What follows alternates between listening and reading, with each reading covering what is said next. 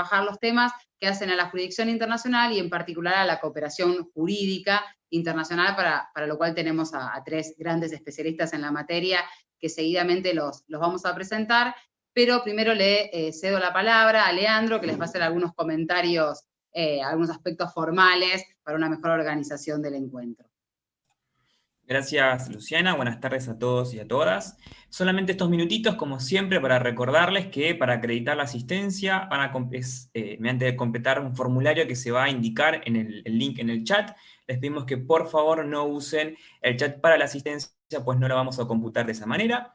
Y finalmente, que dejaremos el debate para terminar las exposiciones. Cualquier pregunta o pedido de la palabra la pueden hacer por chat a cualquiera de los coordinadores. Así que, dicho eso, le cedo de nuevo la palabra a Luciana. Entonces vamos a dar lugar ya al panel, que está integrado por el profesor Guillermo Ergerich, el profesor Carlos Echegaray y el profesor Roberto Stocco. Vamos a darle la palabra en primer lugar al profesor Guillermo Ergerich, quien es profesor de Derecho Internacional Privado de la Universidad de Buenos Aires, de nuestra Facultad de Derecho. A su vez es profesor a cargo del entrenamiento de equipos de nuestra universidad en las competencias internacionales de arbitraje, es consultor en materia de derecho internacional y además ha comentado y ha trabajado en muchas oportunidades en eventos científicos, en participaciones en este tipo de encuentros, así como también a través de libros y demás publicaciones. Es un gusto tenerlo y también agradecerle porque, digamos, en esta ocasión de alguna manera va a suplir a quien inicialmente estaba invitada a participar especialmente, que es la profesora doctora María Blanca Notaquela, que seguramente nos va a acompañar un poquito más adelante en estos mismos encuentros en el marco de este seminario. Sin más, le doy la palabra a Guillermo. Buenas tardes. Es un placer estar ante tan numerosa audiencia que ha convocado la organización de este ciclo. Felicitaciones realmente. Es un placer estar hoy con ustedes acá y bueno, y estar comentando un poco algunos conceptos que realmente hemos hablado con María Blanca en muchísimas oportunidades, así que las cosas que voy a expresar también son compartidas por ella, y me imagino por la gran mayoría, espero. Nada es de una originalidad tremenda en este tema, así que bueno, sin más vamos a dar comienzo a esta charla, en el cual vamos a hablar cómo, a través de la supresión del arraigo, de la excepción de arraigo en el Código Civil y Comercial de la Nación, nos va a permitir un poco también introducirnos en este carácter federal que consideramos tienen las normas de cooperación jurídica internacional. En principio vamos a caracterizar al arraigo como esa excepción, esa limitación que en la práctica va a oponerse para que una parte pueda ejercer ante los tribunales nacionales, siempre que esté domiciliada en el extranjero o no tenga bienes en nuestro país, con algún tipo de caución. Eso es cómo se caracteriza al arraigo en general. Y prestar caución, ¿qué significa? Prestar caución para garantizar los gastos del juicio en el caso en que el actor resultare perdidoso. ¿Y caución de qué tipo? Bueno, la jurisprudencia nos ha demostrado que pueden ser cauciones reales, que pueden ser depósitos de dinero, generalmente, o valores públicos, o cualquier otra característica que pueda revestir una forma de garantía que tienda a satisfacer ese derecho que se pretende reservar. Eso es cómo se caracteriza. Vamos a ir viendo cómo eso ha ido evolucionando acá en la práctica. ¿Y cuál es la razón de esta caución? Se dice razones de seguridad procesal, porque si una persona o empresa que no tiene domicilio en el país viene, inicia un juicio y luego lo pierde, la persona que fue demandada de alguna manera tiene que cobrarse rápidamente todos aquellos gastos que le ha hecho ir hogar ese actor. En el sistema comparado existen distintos tipos de caracterizaciones en cuanto a qué se considera como característica para que proceda el arraigo.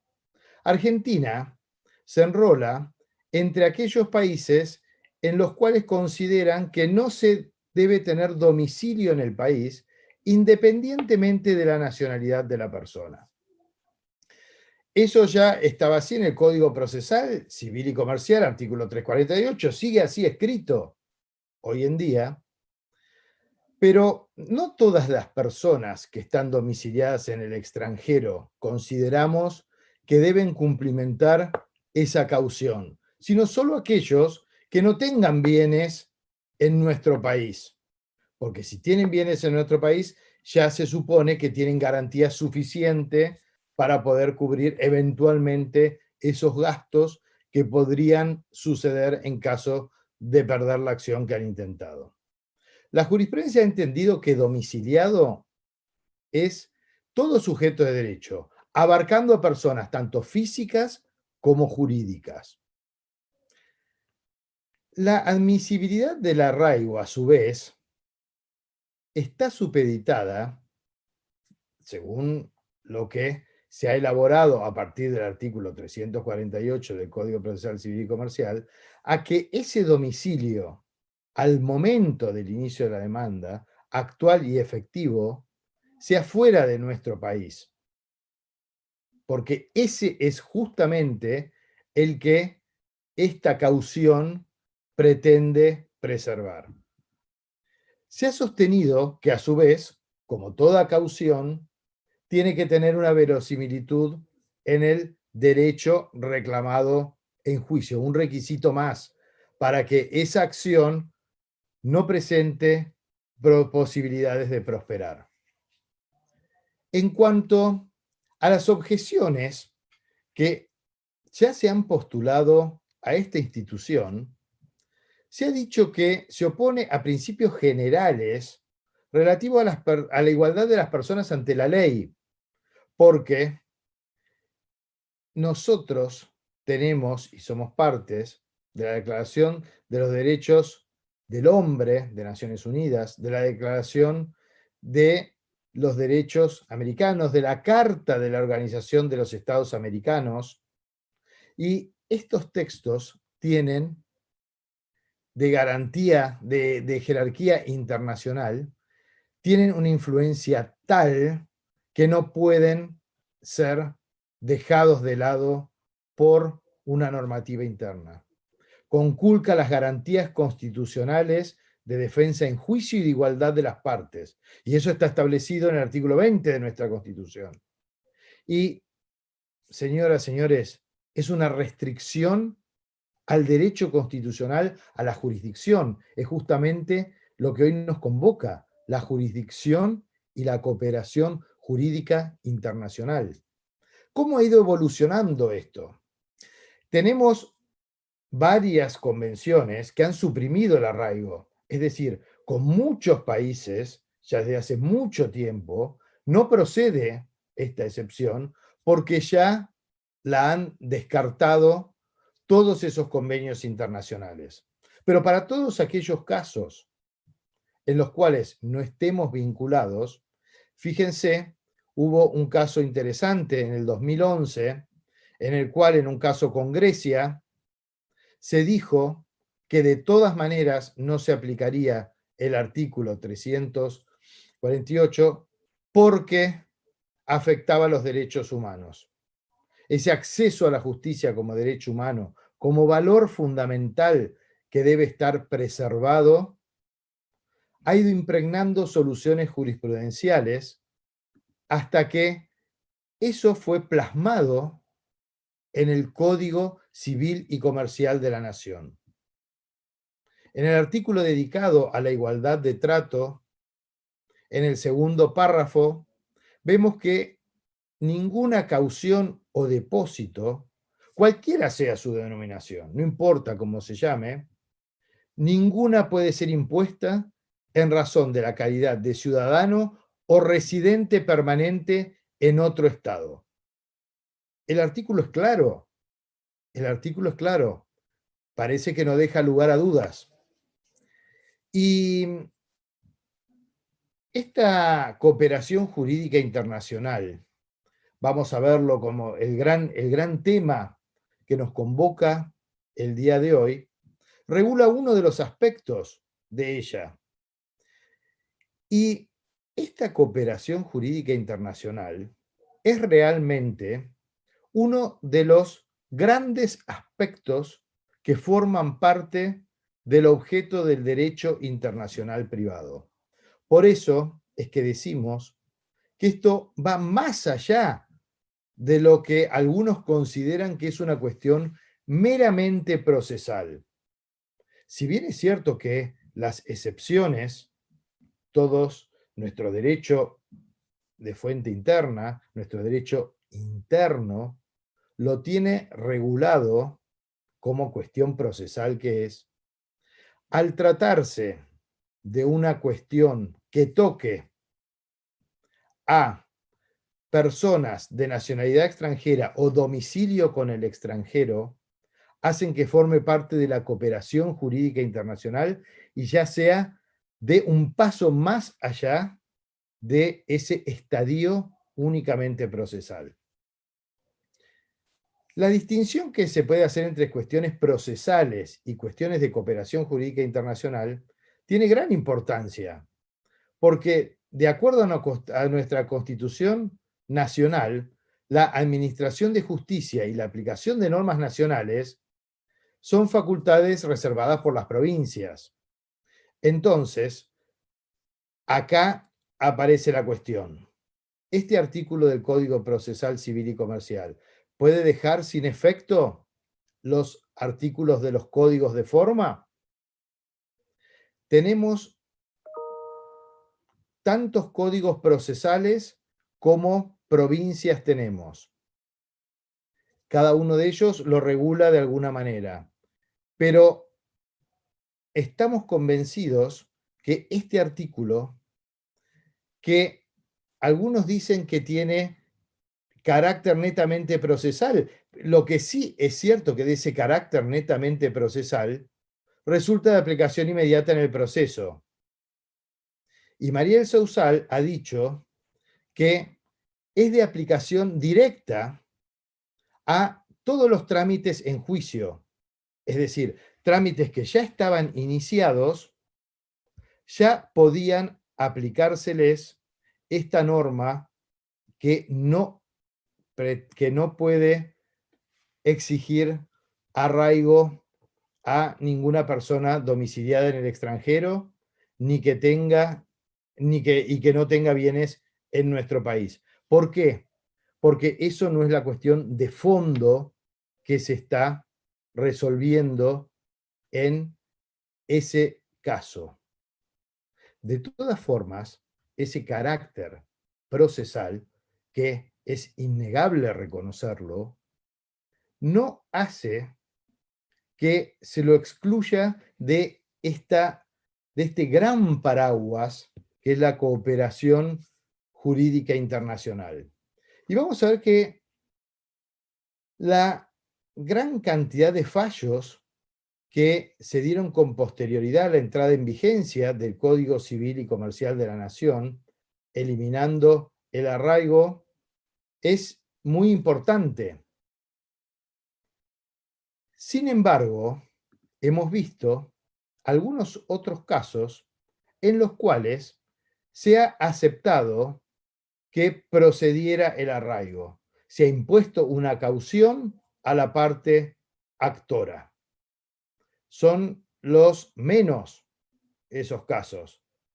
Y lo que han dicho y lo que expresa esa tendencia es que esta disposición del Código Civil y Comercial, justamente por ese carácter procesal, no tiene ningún efecto sobre el artículo 348. Y dicen varios de esos fallos: la nacionalidad del actor no es un elemento de la viabilidad de la excepción de arraigo. Pero en realidad, señores, no es la nacionalidad, es el domicilio en el extranjero y la no existencia de bienes en el país.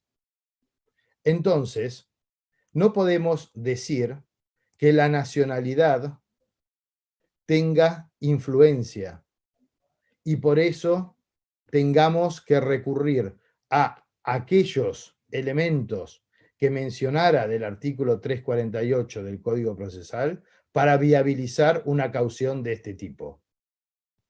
En conclusión, este artículo 2610 debe ser interpretado en el sentido que ha dejado sin efecto el artículo 348 del Código Procesal Civil y Comercial de la Nación y todas las otras normas similares de las provincias. No hay una cuestión expresa, pero no puede haber una norma que sea contraria en orden nacional en relación a los distintos ordenamientos provinciales, porque esta cuestión de la cooperación jurídica internacional es de materia, es de materia federal, pero es regulada justamente en bloque, tiene que ser regulada en bloque frente al exterior, frente a los otros ordenamientos, porque no se puede tener distintas posiciones en una cuestión como esta frente al mundo. Y eso creo que debe haber sido la idea, la intención del legislador al incluir este tema en este nuevo código sancionado en el 2014. Y aparte, si nos limitáramos a considerar solamente esta cuestión como de carácter procesal, esto no nos permitiría visualizar a la institución como perteneciente a la cooperación jurídica internacional y como un obstáculo al acceso a la justicia. Porque, señoras, señores, exigir este arraigo es un obstáculo al acceso a la justicia. Una de las máximas que preserva y debe ser preservada por nuestra Constitución Nacional y por los tratados de derechos humanos que vinculan a nuestro país.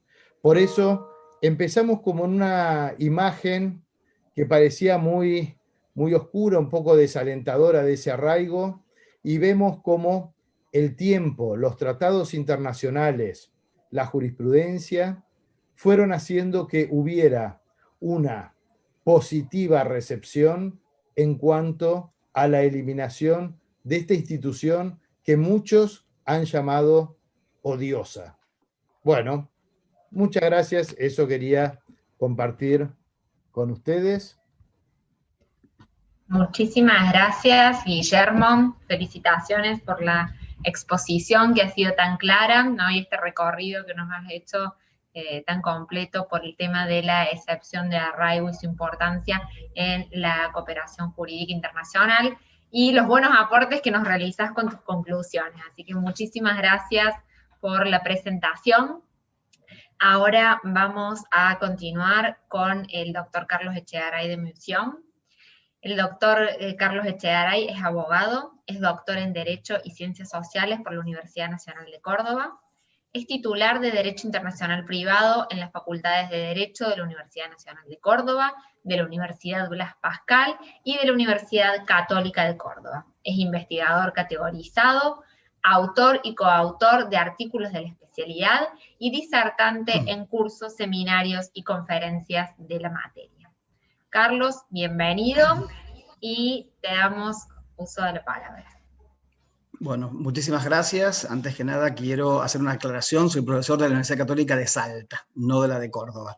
Pero gracias por la presentación, Candela. Y también quiero agradecer puntualmente a las organizadoras del seminario y a la organización por haberme tenido en cuenta y hacerme parte de este, para mí importante, quizás el más importante evento que ha habido en el año de la materia. Como el nombre de mi presentación lo dice, ustedes lo han visto, es el ayer, el hoy y el mañana en la cooperación judicial internacional. Por lo cual nos vamos a ubicar en lo que pasaba ayer, lo que pasa hoy y lo que podría pasar mañana o lo que nos gustaría a nosotros que pasara mañana. Partiendo la base, como bien claramente, y lo felicito a Guillermo por su exposición clara, concreta y profundísima respecto de la excepción de arraigo y las valoraciones que ha hecho sobre la cooperación jurisdiccional internacional, sabemos que en el derecho internacional privado los 4 grandes temas y ejes que nosotros manejamos habitualmente, tenemos la jurisdicción, el derecho aplicable, la cooperación y queda dentro de la cooperación el tema que veremos en su oportunidad del reconocimiento y ejecución de sentencias. ¿Qué pasaba antes del código? Guillermo hizo una mención. Había una dispersión procesal importante, cada provincia con su código. Me acuerdo yo, año 87, un congreso en Santa Fe que se trató el tema. Estaba el profesor Dorschny todavía vigente y fue al congreso con el profesor Bollero y tal, y ya en esa época se discutía sobre la naturaleza de las normas procesales, se discutía acerca del reconocimiento de sentencias, ya se estaba discutiendo sobre el tema de la cooperación judicial internacional y su naturaleza. Encontrábamos dentro del sistema interno una gran cantidad de normas procesales y cada una regulaba de la manera que lo considera conveniente. El viejo Código Procesal de Córdoba exigía para el exequatur la reciprocidad, por ejemplo, era de los pocos que tenía ese criterio. Después se fueron más o menos aunando los criterios bajo el paraguas del Código Procesal de la Nación, pero seguimos para cada provincia con su propio código. Sumado a esto, tenemos una gran cantidad de tratados de toda índole, de fuentes universales, fuentes regionales, más últimamente las institucionales, y muchos tratados que tratan los mismos temas y que van generando también una duda o una confusión respecto de qué tratado tengo que tener en cuenta. Con el paso del tiempo vemos que, y también siguiendo un poco lo que dijo Guillermo, se van constitucionalizando una serie de tratados. Van incorporándose a la Constitución y esos tratados van tratando en forma genérica, algunos específica, otros, temas como el auxilio judicial internacional. Después de la constitucionalización de esos tratados, empieza a tener más fuerza la idea de la aceptación de que las normas de jurisdicción internacional tienen carácter federal y que, como dijo bien perfectamente Guillermo, no se puede presentar al mundo un criterio dispar de un tema tan sensible como es el de la cooperación. Llega el código.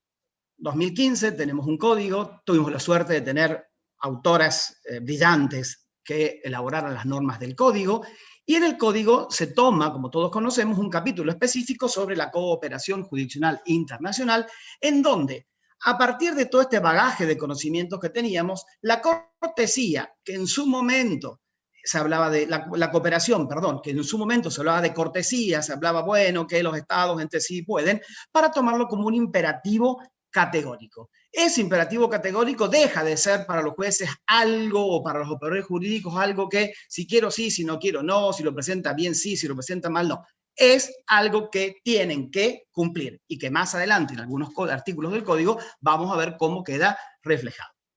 ¿Por qué llegamos a esta función o a esta situación? Porque claramente, como dijo el doctor Argerich, se garantiza la tutela judicial efectiva. Se le da la posibilidad a todo el mundo, porque es un derecho humano fundamental, aunque por ahí se nos presenta un abanico de derechos humanos en donde la justicia no entra, es un derecho humano fundamental, y cumpliendo con lo que exigen los tratados, el código los toma Y al tomar el Código Civil, digamos, estos principios, estos tratados, los baja a garantizar el acceso a la justicia. Un acceso a la justicia que puntualmente está garantizado, como dijo el doctor Argerich, en la igualdad de trato como un principio, como base y fin del sistema. O sea, la idea es que no existan estas diferencias que pueden llegar a generarse por, hablemos de la nacionalidad,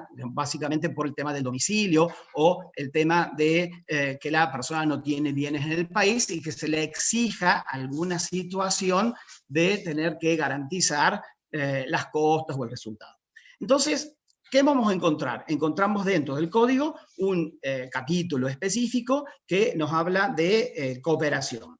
Esa cooperación que se genera como un imperativo categórico en donde se debe también tener en cuenta el diálogo de las fuentes, que es un tema que lo hemos hablado en varias oportunidades, de decir, bueno, a ver, hay que cooperar, pero esta cooperación, ¿cómo la voy a lograr? Si tengo varios tratados, ¿cuál saber?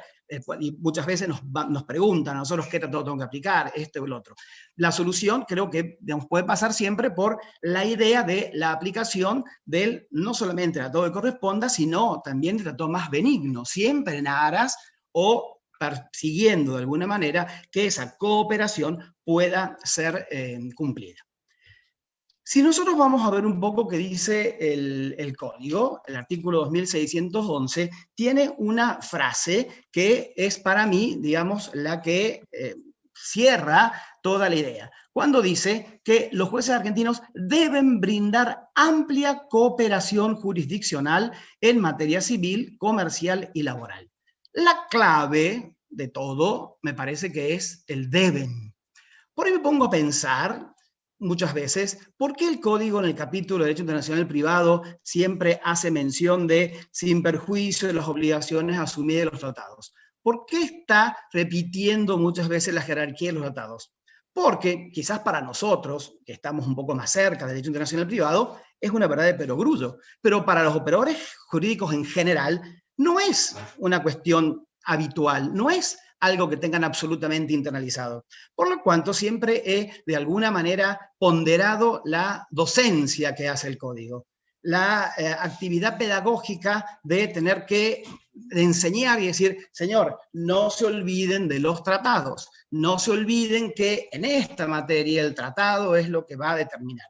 Entonces, pasado, digamos, la jerarquía de la fuente, la cooperación, digamos, la armonía que tiene que haber con los tratados, cuando hablamos de deben brindar amplia cooperación, le está imponiendo al operador jurídico para resolver el caso privatista internacional y hacer justicia en la Unión Internacional una obligación. Es, para mí, de oficio que la autoridad jurisdiccional y también alguna vez la administrativa la que debe cumplir con esa cooperación, la que debe, digamos, llevar a cabo todo el proceso que sea necesario de cooperación para lograr, en definitiva, la tutela judicial efectiva. También es muy importante cuando nosotros, digamos, dentro del sistema del Código Civil, lo que plantea el artículo 2612, que si bien a mi modo de ver lo hace de una manera medio retaseada o medio limitada en cuanto, digamos, al alcance, tiene una frase que también me parece que es muy importante a tener en cuenta en aras de la cooperación y el objetivo que ya hemos planteado que esta cooperación persigue. Cuando habla básicamente de, si bien las medidas de mero trámite y probatorias, que para mí es donde ahí se quedaron lamentablemente cortos, pero no por voluntad de los autores, ya sabemos cuál era su opinión, sino porque, bueno, fue lo que pasó, pero dice claramente que los exhortos deben tramitarse de oficio y sin demora. A mí me llama la atención realmente que a alguien le tenga que decir, haga las cosas rápido, cuando me parece que el principio general es que las cosas se hacen rápido. ¿Cuál sería el motivo por el que yo me voy a demorar en hacer algo? Y creo que el artículo está incluido porque a todos nos ha pasado alguna vez en materias de cooperación, nos ha pasado que hemos traído una notificación de España y nos han puesto un decretito algo así como téngase presente, y ahí quedó. Y ahí quedó el téngase presente. ¿Por qué? Y porque el código no decía nada antes. Los códigos procesales habrán dicho cada cual lo suyo. Pero ahora cambió. y ahora cambió. Yo siempre digo una cosa, he hablado los otros días con la querida Elena Dreising, hay que bajar el derecho internacional privado al pueblo, hay que bajar el derecho internacional privado a los abogados. Que todos, y no solamente los que estamos en una actividad que medianamente algo sabemos, sepan que esta cooperación, como imperativo categórico, debe ser cumplida por los tribunales, al menos en una primera instancia. Me gustaría que fuera en todos los niveles de cooperación. Tenga que ser cumplida de oficio y sin demora, porque realmente calculo que el haber puesto el sin demora es porque han sabido o han conocido que la situación podría llegar a ser, digamos, demorosa. Entonces, el código, digamos, el código educa de alguna manera, el código enseña, el código al que no está en la actividad permanente le está dando ciertas pautas de cómo tiene que hacer esta cooperación. No son cosas para los abogados en general, o sea, por eso novedosas, o para los operadores. Entonces, me parece que el código va cumpliendo esa función. Entonces, tenemos un sistema en este momento en el Código Civil que, dejando de lado ya la cortesía, dejando de lado la voluntad de alguien, etcétera, impone que esta cooperación, a los fines de que se haga justicia, tiene que ser un imperativo categórico. La tienen que cumplir todos los jueces. Está muy bueno el criterio de que sea uniforme para todos. Frente al mundo, la situación de presentarse de que una provincia tenga un criterio y otra puede dejar baches, que me parece que partiendo de la base, como les digo recién, de la jurisdicción como carácter federal, debe estar unificada dentro de un solo bloque, y el bloque me parece perfecto, que es en el Código Civil. Eso es lo que tenemos hoy, pero también tenemos que pensar qué puede llegar a pasar mañana. Estamos en la era de la despapelización, estamos en con pandemia o sin pandemia, las comunicaciones son cada vez más virtuales. Y en eso creo que es muy interesante tener en cuenta la alternativa que presentan los medios electrónicos. Ya todos saben que hay un tratado, que es el de Medellín, que plantea la posibilidad de la cooperación a través de medios electrónicos. Que lo bueno que tiene, me parece, es que no generó un nuevo tratado de todos los que tenemos, sino que se monta en los que tenemos para, a través de las autoridades centrales, poder dirigenciar de una manera electrónica, por canales que mantendrán cierta seguridad y ciertas, digamos, situaciones de bueno, evitar riesgos, etcétera, etcétera, las comunicaciones interjurisdiccionales, internacionales.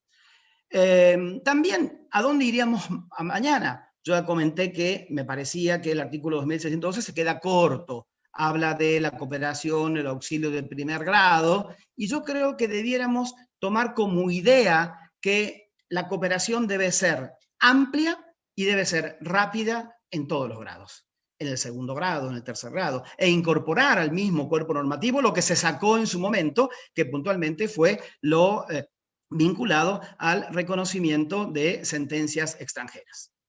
También a los fines de, en modo de ver, avanzar y garantizar el acceso de justicia, creo que tendríamos que volver a repasar, y lo hemos dicho ya varias veces, yo lo he manifestado en varias oportunidades, la jurisdicción, los criterios de jurisdicción indirecta, los criterios de acceso a través de, digamos, la jurisdicción indirecta por los reconocimientos de los exequatur, en donde nosotros sabemos que tenemos unos criterios que son estrictos algunas veces, limitados algunas otras, y que en realidad a lo mejor la solución podría haber sido dada a través de seguir aquello que plantea el profesor Bodano, el multilateralismo crítico, que en tanto y en cuanto no estemos violando una jurisdicción exclusiva, podríamos y debiéramos aceptar otros foros atributivos de jurisdicción.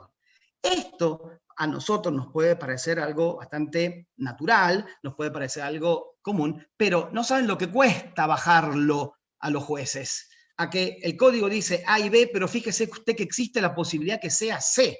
Entonces, vuelvo un poco a lo mismo, o sea, a la docencia y a la formación de los operadores jurídicos en esta materia, que son tan sensibles, que nosotros las tenemos más o menos claras, que nosotros sabemos lo de, digamos, el carácter federal de la jurisdicción, y que sabemos la garantía que hay que tener el acceso a la justicia, etcétera, etcétera, pero no sé si eso siempre llega a llega a todos los operadores jurídicos. Entonces, partimos de una época en donde había una dispersión de normas procesales que tenían un carácter, digamos, contenidas en los códigos, que por su carácter lo que correspondía es que estuvieran agrupadas de alguna manera y que garantizaran estos principios fundamentales de la igualdad de trato procesal, el acceso al juicio. El código en los 5 años ha avanzado, desde su sanción, ha avanzado muchísimo, pero sin embargo, y siguiendo un poco lo que decía el doctor Algerich, todavía se opone a la excepción de arraigo. O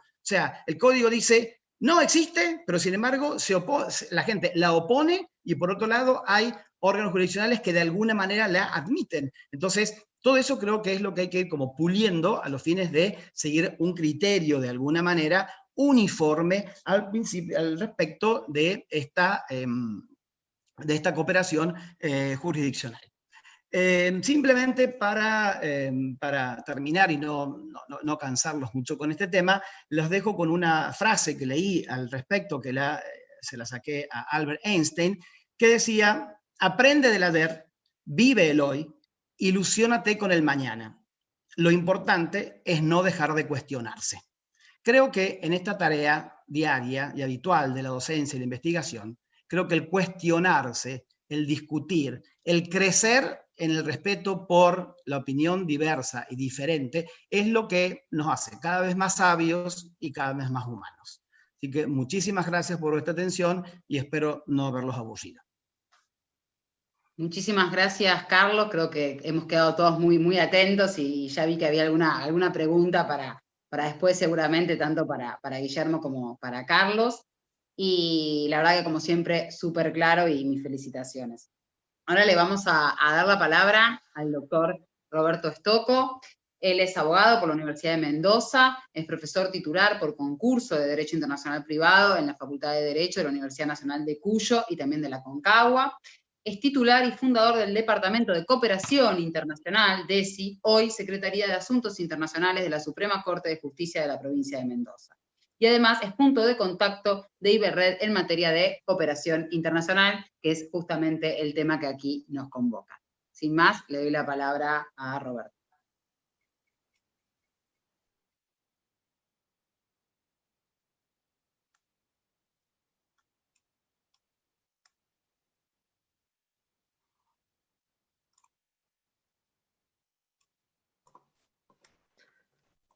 ¿Ahora se escucha? ¿Sí? Bueno. En primer término, quiero agradecer expresamente a la doctora Adriana Dreising y a Luciana, a vos, Luciana, que de alguna manera fueron quienes me han convocado. Y también quiero agradecer expresamente a un grupo de personas que son quienes trabajan detrás del escenario y también en el escenario a título de coordinadoras y coordinadores y colaboradoras y colaboradores, entre los que cito a Candela Villegas, Mariana Antón Pérez, Leandro Baltar, Virginia Carletti, Lucía Proti y Martina Clores. Espero que no me haya faltado ninguno de los personajes que son tan amables y me han tratado tan bien.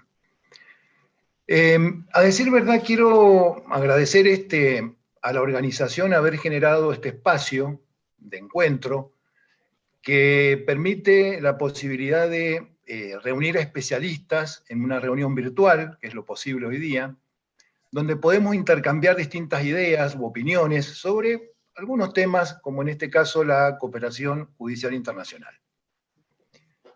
Además, me da mucha alegría poder ver, estuve recién haciendo un paso por las distintas personas que están hoy día aquí compartiendo este espacio, entre los que tengo muchos amigos, de distintas partes, digamos, de este país tan amplio, y soy consciente también que hay participantes de la región y también algunos europeos. Pensaba, mientras Luciana leía el currículum, que en realidad lo que importa, o a mí me importa, siempre me preocupo por escuchar el currículum de los participantes para un poco informarme de dónde viene, digamos, lo que vamos a escuchar, ¿sí? En algunos casos tenemos grandes académicos, en otros casos tenemos operadores jurídicos, tenemos magistrados que son titulares de tribunales. Es decir, ¿de dónde viene la información? el currículum nos empapa, nos informa de eso, y yo les quiero comentar que esta disertación la voy a plantear desde la trinchera.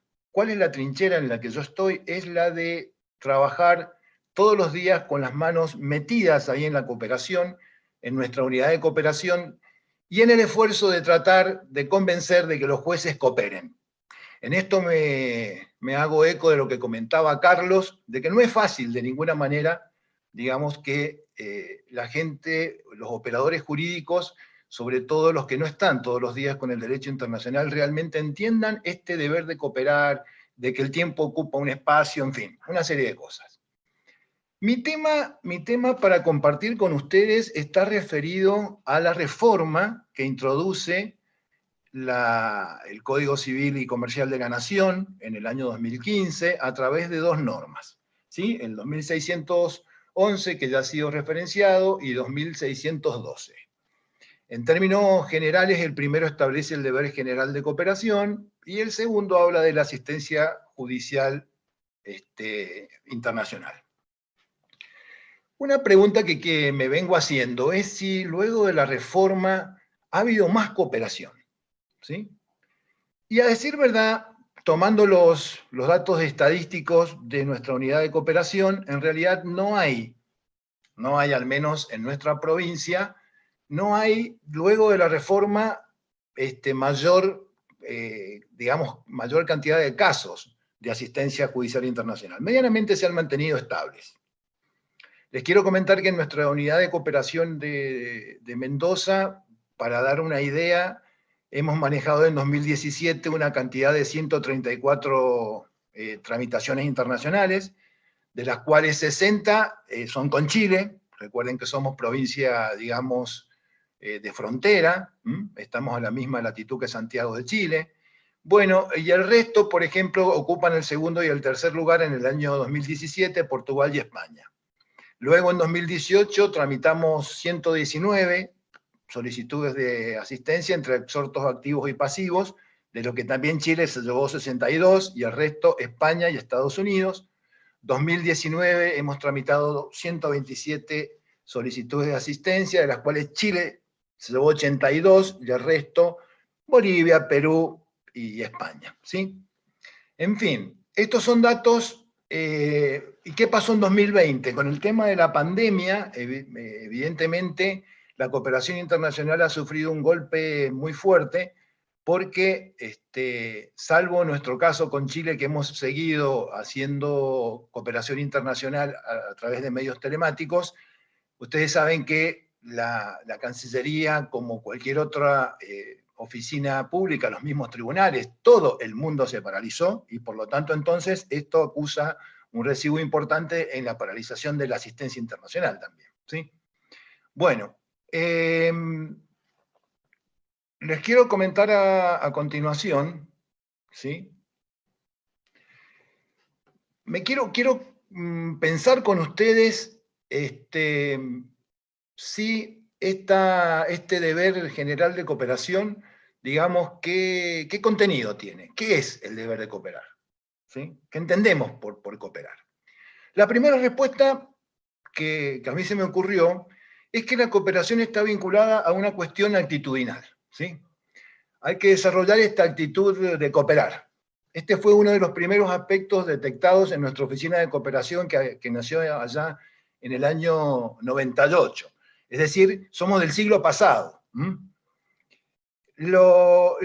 Expusimos esta idea de que la cooperación tiene que ver con una cuestión actitudinal en oportunidad de haber sido convocado por la Agencia Española de Cooperación Internacional, AESI, conjuntamente con el Consejo del Poder Judicial español y la Cumbre Iberoamericana de Presidentes de Cortes Supremas y Tribunales Superiores de Justicia, en este megaproyecto llamado Espacio Judicial Iberoamericano. Esto ocurrió más o menos en los años 2002, en marzo del 2002, donde se empezaron a hacer una serie de reuniones convocadas, digamos, por los organismos a que hago referencia, y ahí se me convocó en calidad de práctico. Nosotros ya habíamos empezado nuestro proyecto de cooperación, y se hicieron en las casas de España que tienen en Santa Cruz de la Sierra, en Bolivia,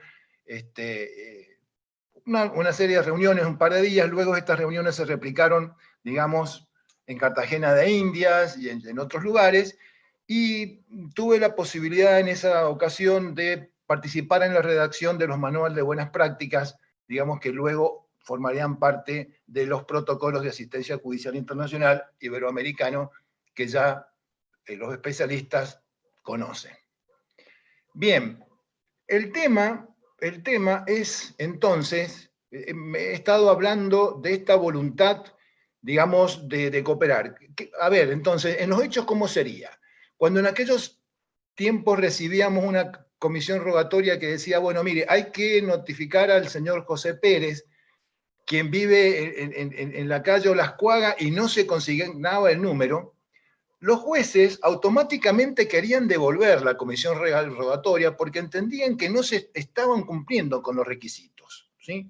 Quizás una oficina de cooperación internacional, como era la nuestra en aquel momento, embrionaria, convencíamos a los jueces de decir, bueno, mire, podemos hacer un relevamiento mínimamente, y recuerdo que nos contactábamos con la oficina de notificaciones de la Suprema Corte, y hablamos en persona con los notificadores, que son los que recorren todos los días las calles de Mendoza para llevar el anoticiamiento de distintos actos procesales. Y entonces, de esa manera, podíamos suplir y dábamos con las personas. Es decir, empezamos desde tempranas épocas a trabajar a esta actitud del cooperar, ¿sí? Ustedes saben que por momentos quizás esta charla tenga la crudeza de demasiada realidad, y en este sentido hago esta anticipación porque ustedes saben que en los sectores públicos, no en todos lados, pero en términos generales, campea siempre un no. Por lo tanto, entonces, quiero también recordar, a propósito del no, varios pasajes de Mafalda con el amigo Quino, donde hacían referencia a que los sectores públicos generalmente tienen el no en la punta de la lengua. Bien, también sería interesante preguntarnos si ese deber, esta actitud cooperante tiene algunos límites. Entendemos que sí, ya luego vamos a ampliar cuando veamos la asistencia judicial internacional del 2612, tenemos una opinión bastante particular sobre eso. Entonces, lo que quiero entonces ahora, a continuación, luego de plantearme la cuestión actitudinal, creemos que el deber de cooperación tiene un sentido propio, ¿sí? Creo que ese contenido, ¿qué es el deber de cooperar? Entiendo en lo personal que este deber de cooperar hoy día se traduce en tramitar una solicitud de asistencia de modo eficaz y en el menor tiempo posible. Es decir, aquí hay dos variables. Uno es la eficacia y la otra variable es el tiempo. En cuanto a la eficacia, ¿sí? Esta es una variable que se mantiene constante, porque es tan eficaz cuando usted hace la notificación fundado en la Convención de La Haya del 65 para una notificación, cuando lo hace en Panamá del 75, cuando lo hace en el Protocolo de las Leñas, o cuando lo hace en el Acuerdo de Cooperación del Mercosur y Chile y Bolivia, ¿sí? Es decir, esa variable se mantiene constante a valores de eficacia. Pero ¿se mantiene en igualdad de condiciones respecto de la variable del tiempo? La respuesta es negativa. Y ahí entonces, cuando hablamos del tiempo, ¿sí? Es importante tener en cuenta la hora de la verdad del tiempo en materia de cooperación. La llave que abre esto son las vías de tramitación. Vías de tramitación y vías de transmisión. Y en esto, en términos muy generales, tenemos la vía judicial. Hay algunos autores que hablan de que la vía judicial tiene una subespecie que serían los jueces de frontera, pero es vía judicial al fin, la vía diplomática o consular, la vía de la autoridad central y también las propias partes interesadas, ¿sí? A decir verdad, desconozco las premisas con que funcionan, digamos, otras oficinas judiciales. Yo focalizo acá en el tema del tiempo y la eficacia. Habría que consultar qué opinan otras oficinas judiciales cuando cooperan con los jueces, dónde ponen el deber de cooperación, por ejemplo. Sé que en la Argentina, además de la que estoy describiendo, en Córdoba, lo conozco a través de comentarios que hemos compartido con Adriana. Hay una unidad de cooperación, digamos, que trabaja en el ámbito del derecho de familia, sobre todo con las sustracciones internacionales de menores. Estoy al tanto de que Córdoba ha dado un salto copernicano en materia de restitución, tienen una ley con concentración de jurisdicción, en fin. Sé que se ha ido avanzando y esto es muy bueno, es muy alentador, digamos, que se desarrollen oficinas de cooperación para que, digamos, haya algún operador que, así como cuando llega una carta rogatoria para notificar a una persona, no hay un abogado en la mesa de entrada que está peticionando para instarla, ¿sí? Donde se vería claro la necesidad de que alguien instrumente, digamos, esta operación de diligenciamiento, digamos, pero hay otras que son quizás mucho más interesantes, como funciones de oficinas judiciales, que vamos a intentar comentarles hoy día. Entonces, cuando uno se detiene en observar, aprende muchas cosas. Por ejemplo, la comparación de una sentencia española es muy distinta de una sentencia americana, ¿sí? Los criterios que utilizan, por ejemplo, algunos criterios procesales en la Convención de Naciones Unidas sobre la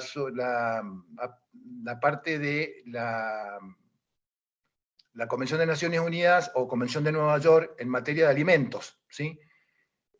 Cuando uno trabaja en una oficina judicial sabe que cuando el deudor alimentario vive en Italia, sabemos que tenemos que hacer todo el proceso, en nuestro caso en Argentina, y luego ir a Italia en calidad de ejecución de sentencia extranjera, ¿sí? Es decir, que las unidades de cooperación nutren, hacen un banco de información muy interesante al momento luego de cooperar, y que esto se traduce, digamos, en que la cooperación se aceite y funcione, ¿sí? Bien, entonces, en materia de cooperación en sí, les quiero comentar de que las oficinas judiciales, y esto es lo que tengo para compartir con ustedes, se comportan en definitiva como observadores, ¿sí? Es decir, que observamos qué convención en cada caso concreto, o sea, en este caso podría venir mejor. Ustedes saben que la Argentina, y se ve en muchos países, no solamente en el nuestro, en ese laberinto de que hablaba Eric James, digamos, de normas, de distintos foros que se entrelazan, en realidad es muy importante ver en el caso concreto si respecto del estado donde está el tribunal requerido, tengo un convenio, y en su caso, ¿cuál es ese convenio? Y allí ver cómo juegan las vías, que es donde yo sostengo que ahí está el tiempo. Voy a compartir con ustedes, y a partir de ahora entonces mi disertación un poco se abre hacia lo que sería un workshop, porque quiero compartir casos que hemos tenido en nuestra provincia con ustedes, lamentablemente con un tiempo acotado y sin la posibilidad de trato personal que nos daría esa posibilidad de ir mostrando, por ejemplo, expedientes y demás. Bueno, el primero de los casos que quiero comentarles es un proceso de alimentos del octavo juzgado de familia que solicitaba la notificación al deudor alimentario de un incidente de aumento de cuota, ¿sí? Entonces, nos llega a la unidad de cooperación esa notificación, y nosotros, en el 1 de febrero del año 2019, en nuestro dictamen, en la parte del encabezamiento se deja constancia de los distintos datos que tienen que ver con el expediente, el tipo de cooperación, que en este caso es una notificación de una demanda, ¿sí? Y nosotros le decíamos a la Corte, de cara a esta función de observatorio, lo siguiente. Señores, Excelentísima Suprema Corte, en la presente rogatoria, el Juzgado de Familia número 8 de la primera circunscripción judicial solicita al juez de igual clase del Reino de España que se notifique al señor tanto, ¿sí?, quien se domicilia en la calle tanto, número tanto, de Madrid, asistencia judicial internacional a fines de esa notificación. En virtud de la normativa puesta en vigencia a través de la reforma del Código Civil y Comercial de la Nación Argentina del año 2015, concretamente en el libro sexto, título cuarto, Disposiciones de Derecho Internacional Privado, se incluye para los jueces argentinos el deber general de prestar amplia cooperación en materia civil, comercial y laboral. A criterio de esta Secretaría, encargada de intervenir en las tramitaciones de exhortos internacionales a través de un dictamen fundado y de acuerdo a lo establecido por la acordada 15.501, se impone como necesario determinar la vía que logre con mayor prontitud y eficacia anoticiar el contenido del traslado de la demanda dispuesto. En este orden de ideas, y con el objetivo de hacer efectivo el cumplimiento del imperativo de brindar amplia cooperación, merituamos que la vía de transmisión que habilita la Convención Interamericana sobre Exhortos o Cartas Rogatorias de Panamá del 75, vigente en el Reino de España y en la República Argentina, para nuestro país por Ley 23.503, y en su artículo 4, que prevé la transmisión por la vía judicial, resulta para el caso más expedito que la Convención de la Haya del 65 sobre notificaciones judiciales y extrajudiciales, que habitualmente utilizábamos como fundamentación para la materia. Ello así corresponde merituar la presente comisión rogatoria a través de la vía judicial, y de modo que una vez diligenciada la misma sea devuelta a esta oficina, cita en calle Morón 347, a la norte, ciudad de la provincia de Mendoza. Bien, ¿qué hicimos entonces? Estamos de acuerdo. Cooperación en primer grado, simple notificación desde Mendoza, Reino de España. El tema, ¿cómo sabemos quién es el juez en esa localidad a donde vamos a dirigir la comisión rogatoria? Es necesario entonces ahora que yo estoy comentando con ustedes en directo, tengo acá la tramitación, les quiero comentar qué hicimos. Lo que hicimos fue girar un mail. Buscamos en el protocolo iberoamericano, ¿sí?, de cooperación internacional, fuimos a los puntos de contactos de España y mandamos un mail a los señores, a los puntos de contacto que en el caso eran José Francisco Cobo Sáenz, Francisco Javier Forcada Miranda, por todos ustedes conocidos, ¿sí?, quien hizo un libro muy conocido, al menos en nuestro medio, sobre sustracción internacional de menores, conjuntamente con la doctora Chiodi y la doctora Ferreira, y José Luis Utrera Gutiérrez. Ahí le planteamos la necesidad, digamos, de saber a quién dirigir la comisión rogatoria. 2 días después recibimos con mucha alegría un mail en contestación del doctor Forcada, diciendo: estimado Roberto, es cierto que el Protocolo Iberoamericano de Cooperación Judicial en materia de comunicaciones judiciales directas señala que, asimismo, se recuerda que estas comunicaciones, es decir, transcribe lo que dice el protocolo, y por tal motivo, y atendiendo a sus peticiones, les podemos indicar que, dado que nos aportan la dirección que ubica en tal lugar, de tal lugar, por razones de privacidad no las voy a ventilar, esta localidad es Mejorada del Campo, Madrid. El órgano jurisdiccional al que deben dirigirse es el siguiente: Decanato de los Juzgados de Coslada, oficina calle Colombia 29, teléfono, fax, localidad, código postal, información adicional, aportan un mail. Saludo a usted muy atentamente y agradecimos. Bien, habiendo obtenido entonces dicha información, remitimos la documentación vía correo certificado a los tribunales de dicha localidad. Parte entonces, en consecuencia de la rogatoria, con la documentación, con el dictamen, con los mails que habíamos cursado, ¿sí? Y entonces sale desde el despacho que se hace desde Correo Argentino en fecha 25 de febrero del 2019. De acuerdo a las constancias de la tramitación, en fecha 5 de marzo de 2019, o sea, 25 de febrero mandamos, 5 de marzo del 2019, se estaba ordenando la notificación al demandado para que se presente a la audiencia que se fijó para fecha 27 de marzo del 2019. El demandado es notificado el 11 de marzo, ¿sí?, para la audiencia prevista, se verifica una audiencia a la que asista el interesado y se procede a notificar el traslado de la demanda por entrega de copia literal autorizada y con expresión del asunto a que se refiere. Términos textuales que utiliza digamos, el decreto de la autoridad española. El día 12 de abril de 2019 es recibido en Mendoza por el tribunal debidamente diligenciado.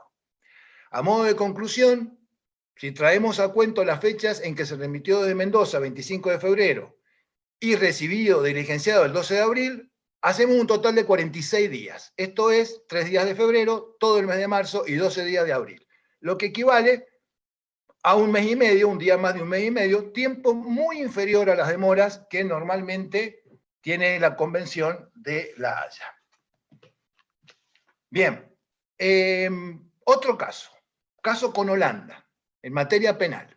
El Tribunal Penal Colegiado número 1 nos solicita la posibilidad de realizar una videoconferencia con la finalidad de identificar a los detenidos en una presunta comisión de un robo que se perpetró a turistas holandeses, donde le fueron sustraídos efectos personales. Consultamos a través de redes de jueces europeas sobre la factibilidad de realizar una videoconferencia. Se nos dijo que era totalmente factible, simplemente nos exigían que remitiéramos una solicitud oficial, que es el exhorto internacional.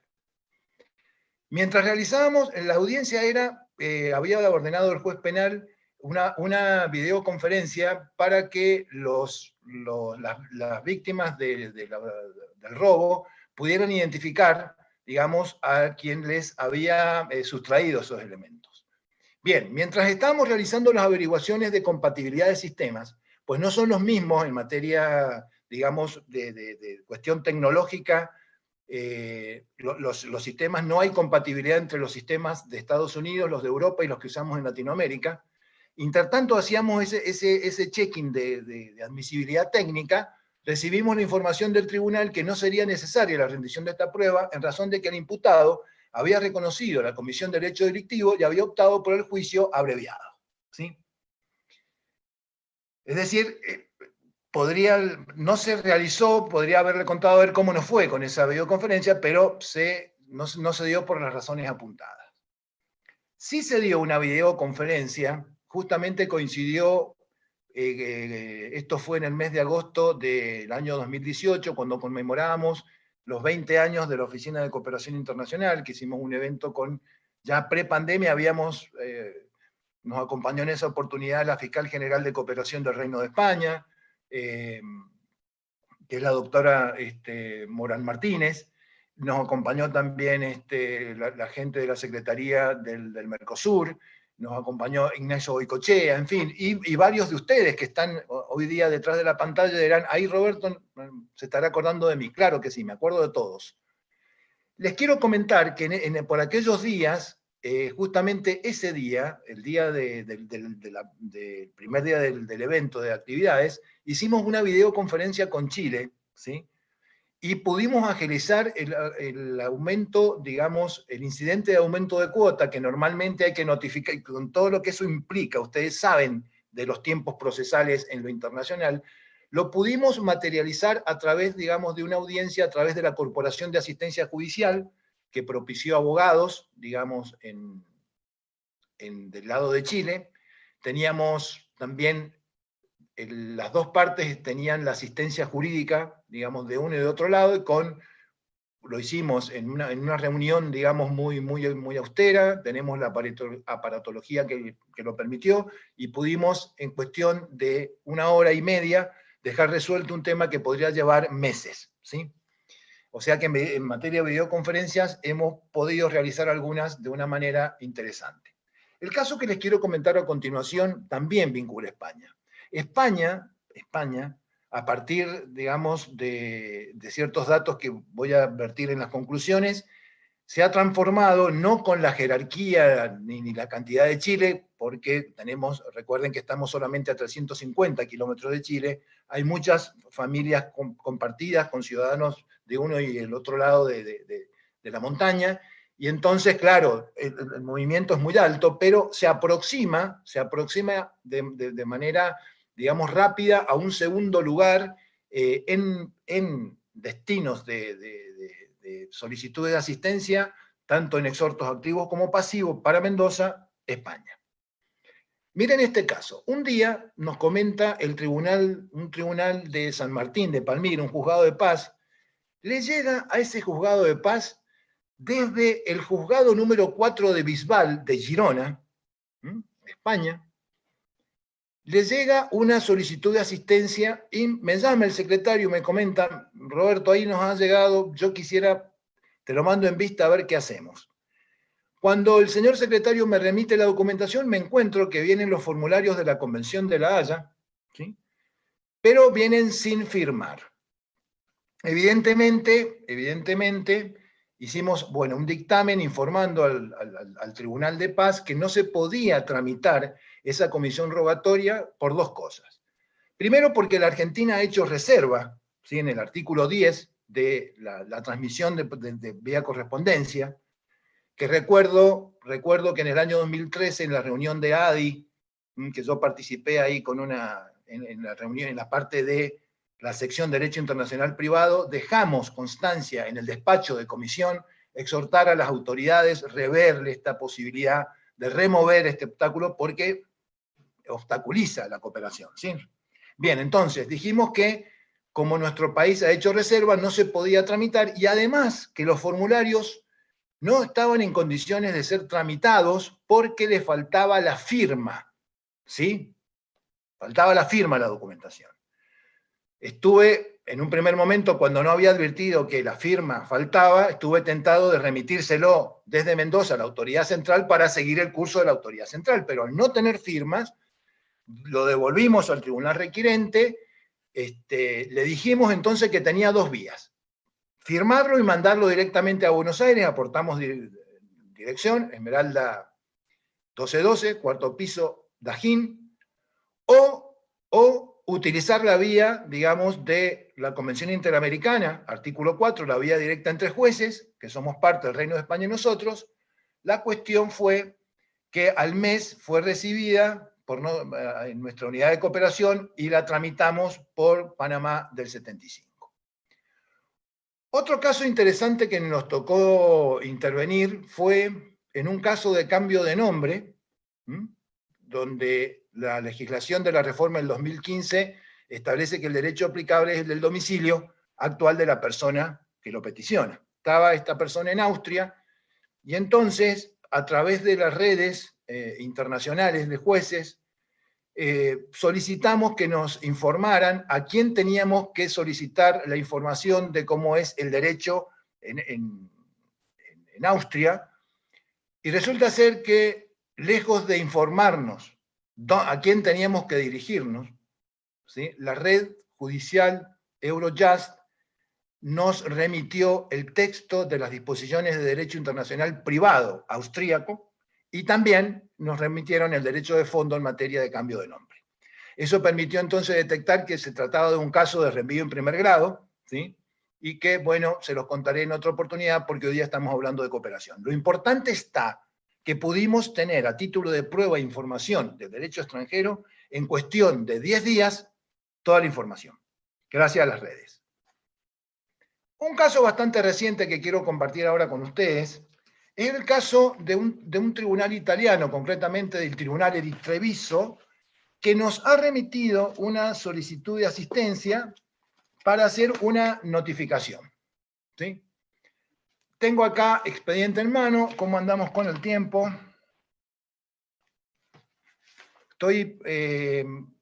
¿Cómo estoy con el tiempo, estimados?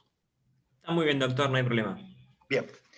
Entonces, viene entonces esta solicitud gracias Leandro, viene la solicitud del Tribunal de Treviso para que notifiquemos. Se trata de un concurso abierto en esta ciudad italiana, y había que notificar una documentación en Mendoza. Damos intervención siguiendo el criterio del mismo fuero concursal, y resulta ser entonces que se presenta con un escrito el abogado de la empresa local y dice que viene a declinar de la notificación porque en realidad la documentación que se le ha acompañado, faltan en la documentación una serie de puntos que estaban descritos como que venían y en realidad no venían. La jueza, un poco desesperada, me dice: mira, Roberto, ¿cómo hacemos con esto? Lo interesante que tengo para comentarles es que el abogado que se opone En el punto tercero, en el punto primero declina, punto 1 y 2 declina, y en el punto tercero dice que solicita la intervención de la Secretaría de Asuntos Internacionales. Entonces el tribunal, tomándose de esta petición, provee vista a la Secretaría de Asuntos Internacionales. Y quiero compartir con ustedes qué dijimos en ese dictamen. Reitero, nos remiten prueba y la parte a notificar se agravia de que no está toda la documentación que dice el exhorto que está.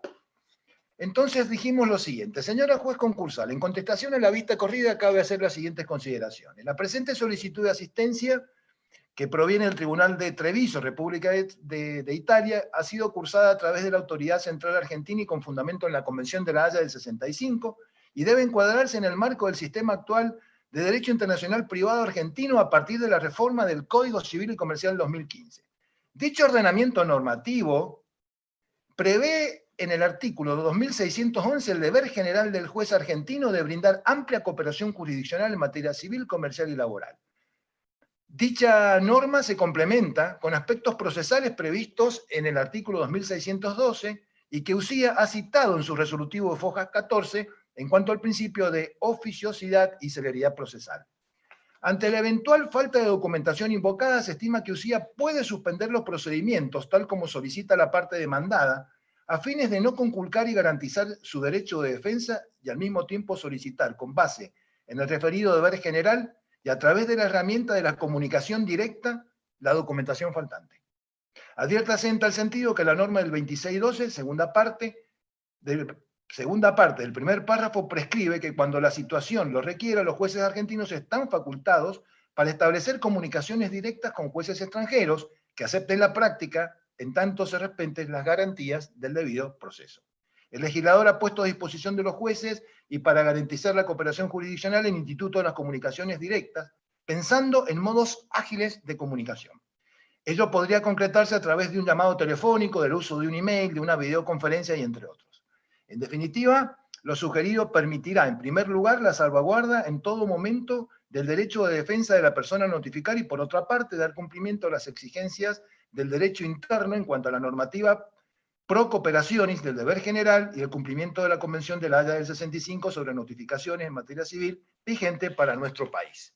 Es decir que lo que ocurrió acá es que nos contactamos telefónicamente. Los jueces italianos tienen la costumbre de poner todos los datos de teléfonos, email y demás. Fuimos más temprano a la oficina para que por la diferencia horaria encontráramos a gente y llamamos por teléfono y lo planteamos directamente. Hablamos con el secretario del tribunal y dijo que efectivamente, de acuerdo a la documentación que nosotros le comentamos, estaban faltando, digamos, documentación en varios puntos. Entonces ofrecieron mandarla. Nos tocó el periplo de pandemia. Y finalmente la documentación llegó, la remitimos al tribunal, el tribunal citó a la parte se notificó, y entonces pudimos resolver una situación en la que faltando documentación si estuviera vuelto y demás, nos valimos una vez más de esta institución de las comunicaciones directas, se salvaguardó el interés de la parte. Italia no permite, digamos, no tienen formalizado, digamos, esta modalidad, pero cooperaron. Habrían otros casos para comentar, pero va a ser imposible que yo los cuente, como un Volkswagen con el tema de Alemania u otros tantos. Pero lo que quiero entonces ahora referirme es a la situación con Chile. Ya estoy terminando.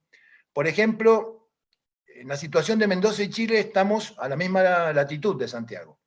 Es más ágil desde Mendoza utilizar la vía judicial de la Panamá del 75 que irnos, digamos, a través, por ejemplo, de los acuerdos de Mercosur, que implicaría que tendríamos que ir a Buenos Aires 1.100 kilómetros y de Buenos Aires a Santiago 1.500 con las pérdidas de tiempo que esto implicaría y demás, ¿sí? Hoy los convenios que utilizan solo la vía de la autoridad central, como el protocolo de las leñas del 92, o el acuerdo de las leñas ampliado que utiliza la autoridad central, la vía diplomática y las propias partes interesadas, o también está disponible el convenio sobre exhortos y cartas rogatorias, que utiliza las 4 vías descritas y con una quinta si consideramos a los jueces de frontera como una distinta.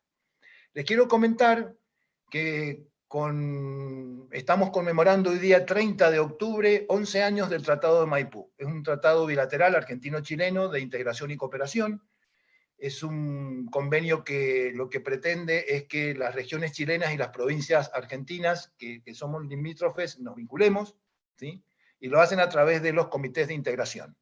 Lo interesante a los fines de esta charla es que en el año 2012, así como está el tema de temas turísticos, temas de medio ambiente, temas de fitosanitarios, temas de carabineros y gendarmería, desde el 2012 hay un comité de integración referido a temas de cooperación judicial internacional, ¿sí? Bueno, les quiero contar que a partir del 2012 hemos tenido desde Mendoza un trato muy cercano con los jueces de Chile, y esto terminó, digamos, que en el año 2012 se organizó en la Suprema Corte de Mendoza un gran encuentro entre jueces chilenos y argentinos. Recuerdo que en la ocasión asistió en calidad de embajador argentino el doctor Ginés González García, actual ministro de Salud de la República Argentina, y el embajador de Chile, que es el señor Adolfo Saldívar Larraín. En poco tiempo falleció este gran hombre.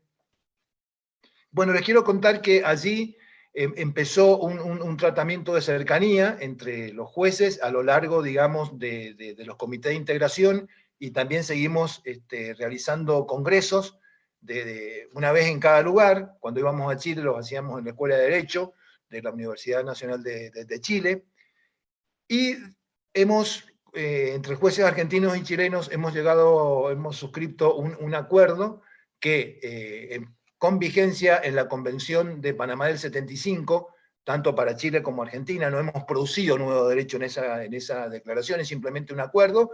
Nos pusimos de acuerdo que vamos a utilizar la vía judicial entre jueces de Mendoza con los jueces de Chile, ¿sí? En los hechos, esto permite que una notificación vaya por carril privado y demore exactamente una semana en llegar, se tramita y luego se remite a Mendoza con la rapidez que ustedes entenderán que para los tiempos que utilizan normalmente la cooperación, esto es bastante rápido, expedito. Bien, conclusiones. Las disposiciones del Código Civil de los artículos 26.11 y 26.12 ponen al derecho argentino a la altura de los tiempos en materia de cooperación judicial internacional. De acuerdo a los datos estadísticos que manejamos en la Secretaría de Asuntos Internacionales, si bien no ha habido casos, de mayor cantidad de casos desde que se ha entrado en vigencia este tipo de disposiciones, pero en lo cualitativo, ¿sí? Ahora los jueces, descansa en la espalda de los jueces este deber, como decía Carlos, está el deber de que hay que cooperar. Es decir, hay una norma que precisamente le exige al juez cooperar. Lo que simplemente hemos hecho en la Secretaría es cumpliendo nuestro objetivo, es darle este dato a ver cuál es la convención que, según el caso, puede cumplir este requerimiento de mantener estable la eficacia, pero ganar en tiempo, ¿sí? Por eso creo que es importante que se haya consagrado normativamente en la reforma un artículo que establezca el deber general de cooperación. Ahora, el legislador ha hecho su parte, ha consagrado este criterio, pero ya sabemos que a la hora de la verdad se da en el ámbito de la realidad sociológica, ¿sí? Donde los jueces realmente cooperan o no cooperan. Estamos conmemorando 5 años. Yo quisiera saber, ahora que viene el debate, ¿qué experiencia tienen ustedes si realmente los jueces cooperan? Es decir, la puesta en marcha de esta gran reforma, digo gran reforma porque es muy importante, créanme, cuando estamos en contacto con otros países donde la cooperación va en un carro, ¿sí? Y ahora acá es un deber, y está la asistencia procesal, y están las comunicaciones directas. Lo que quiero señalar es que debajo del tema de la cooperación está el acceso a la justicia. Entonces no me vengan que vamos a proteger los derechos humanos cuando hacemos una notificación que demora 6, 8 o 1 año. ¿Sí? Seamos coherentes. No hay ahí acceso a la justicia, ahí se desfigura todo. ¿Sí? Bien. El artículo 2602 entonces es una herramienta idónea para poder enmendar errores u omisiones, al menos hasta acá aparece con este perfil. Yo le he contado casos donde lo hemos usado, ¿sí? Por ejemplo, señor juez chileno, o nos pide el juez chileno que citemos a un testigo y no nos mande el pliego. ¿Qué le vamos a preguntar al testigo si no tenemos el pliego? O, señor juez de Mendoza, corre el traslado de la demanda, no manda el traslado. ¿Está claro? Esta herramienta en principio puede ser, o al menos la hemos hecho trabajar en este sentido y nos ha funcionado bien. Al momento de cierre de estas líneas quiero en lo personal rendir un homenaje y los invito a adherir a esta propuesta. Un homenaje sentido a la Convención de CIDIP de Panamá del 75 y al igual que sobre exhortos o cartas rogatorias y también su par de rendición de pruebas en el extranjero, en razón de que estamos conmemorando 45 años desde el año 75 al 2020. Fueron creados a modo programático y ahí están, los seguimos usando, maravillosos. ¿Sí? Por otra parte, ya hice referencia al Tratado de Maipú, y quiero decirle a modo de cierre que la tecnología nos permite acercarnos, escucharnos, compartir momentos en la realidad, pero hay un déficit, y es que no podemos compartir un vino, por ejemplo. Me encantaría compartir con ustedes en estas celebridades un buen Malbec que es propio de estas tierras, y si eso fuera posible, créanme que estrecharía una copa con todos y cada uno de ustedes para poder compartir este momento. Así que un saludo grande para todos y muchas, pero muchas gracias por haber estado allí.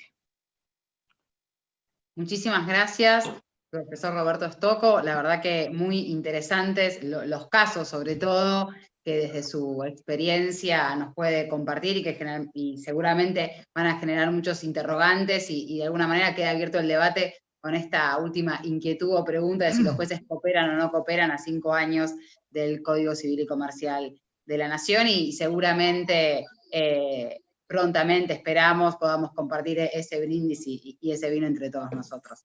Abro el debate, le doy la palabra a Mariana y a Leandro para que lo dirijan. Bien, luego de las disertaciones de suma valía de los expositores en el día de la fecha, damos espacio a las inquietudes y aportes de los y las asistentes, y comenzamos dándole la palabra a Susana Leal.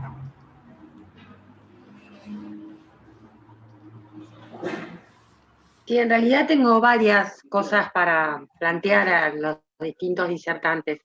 La primera me surge a raíz del artículo 2610 con respecto a la igualdad de trato. Obviamente estoy de acuerdo con el tema de que no debería pedirse una caución y que esto está en consonancia con lo que dicen los tratados internacionales. Claramente los tratados internacionales están por encima de los códigos. O sea, parto de esa base, ¿no? Pero me genera la siguiente cuestión. El hecho de que el Código Civil, me parece que al legislar y de establecer que no hay caución, lo que está haciendo es, de alguna manera, avanzar sobre facultades que las provincias no las delegaron en el Poder Nacional, sino que deberían estar en manos de los poderes provinciales. ¿Qué quiere decir con esto? En virtud de esto me parece que el artículo sería inconstitucional, cuando queremos hacerlo existir por encima de los derechos procesales de las provincias. Entonces, me parece que el camino correcto sería hacer valer los artículos, los códigos procesales, y en todo caso plantear la inconstitucionalidad de esos artículos, porque esos son los que están en contra, pero en ningún momento hacer prevalecer al Código Civil, que es un código de fondo, por sobre un código de forma. Porque me parece que es peligroso en un Estado federal tomar semejante actitud. No sé qué opinan ustedes. Ese es uno de los planteos. ¿Digo los otros o me contestan? No sé.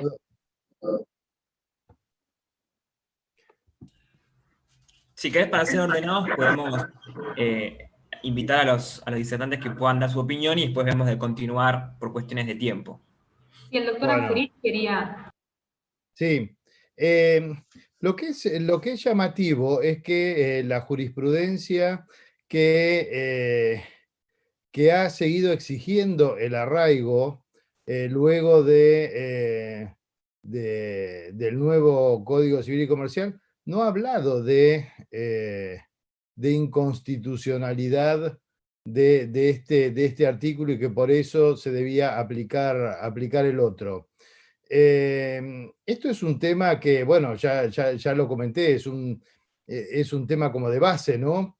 Estas cuestiones de la cooperación jurídica internacional consideramos justamente que pueden ser reguladas por el Congreso Nacional debido a su carácter federal que tienen y no pueden quedar reservadas a las provincias. Son cuestiones así, ¿no? Esa es un poco la postura. Bien. No sé si alguno de los expositores quiere continuar. Sí, yo coincido justamente coincido con lo que dice, coincido y ratifico lo que dice el doctor Argerich en el sentido que no es una cuestión procesal, sino que es una cuestión material, porque es el acceso a la justicia, o sea, está por encima de la cuestión procesal a la que las provincias reservaron para sí en el momento de la constitución de la federación, etcétera, etcétera. Entonces, creo que no es incompatible, creo que es un cambio, que es como darle una nueva vuelta a la tuerca para garantizar la cooperación y garantizar el acceso a la justicia. Porque creo que el tema es acceso a la justicia, que se ve desvirtuado con estas trabas o cortapisas que puede oponer la excepción de arraigo, por el hecho objetivo de cierta nacionalidad en algunos sistemas o el domicilio de una persona en el extranjero o no tener bienes. Entonces, en definitiva, se podría plantear, lo estoy diciendo como una idea, algo hasta discriminatorio, porque está limitando el acceso a la justicia. Entonces, para mí, la idea es esa, justamente. O sea, más allá que sea una excepción, y ya cuando hablamos de excepción, es algo procesal, pero fuera de eso, no es cualquier excepción, es una situación que plantea algo tan importante como el acceso a la justicia, y que creo que tiene que estar regulada, y por eso, digamos, ratifico, y lo he dicho, y lo insisto, no es una cuestión solamente procesal. O no es procesal, o no es solamente procesal. Tiene una entidad per se que puede ser perfectamente regulada por el Congreso de la Nación en un código de fondo. Bien. Susana, ¿quisieras formular otra de las inquietudes y luego continuamos, así podemos presentar las inquietudes de todos los presentes?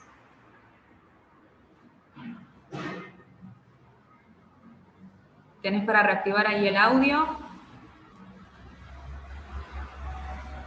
Ahí está. Ahí está. Sí, en realidad las dos están muy relacionadas. Por un lado, a raíz del tema de la cooperación internacional y sobre todo con lo fundamental y necesaria que es, sobre todo cuando hablamos en la cuestión de los niños, me parece, o sea, el planteo que hacía era como si no le parecía, yo ya no me acuerdo quién estaba disertando en ese momento, no me acuerdo si era el doctor Echegaray, justamente que hayan sacado del anteproyecto el capítulo, la parte del artículo que se refería a la cooperación internacional en materia de adopción internacional, que actualmente está librado a la buena voluntad de los jueces o de los juzgados, que aceptan o no cooperar en la confección de carpetas cuando los padres están domiciliados acá en la Argentina. Entonces, realmente me parece que más allá de que la Argentina tenga una postura contraria a esto, al tema de la adopción, me parece que ya no facilitar la cooperación en este sentido me parece terrible, ¿no? No sé si están de acuerdo conmigo. Y la otra está relacionada con esto, que tiene que ver con el artículo 2612, cuando dice que cuando la situación lo requiera, los jueces argentinos están facultados para establecer comunicaciones directas con jueces extranjeros que acepten la práctica. Me parece que esta parte de este artículo habilitaría, tal vez, esta cuestión, por ejemplo, o sea, más allá de poder superar trabas ante situaciones que requieran mucho formalismo, también por ahí habilitar esto a la participación de los jueces en este tema de la adopción internacional. Sí, ¿quién responde?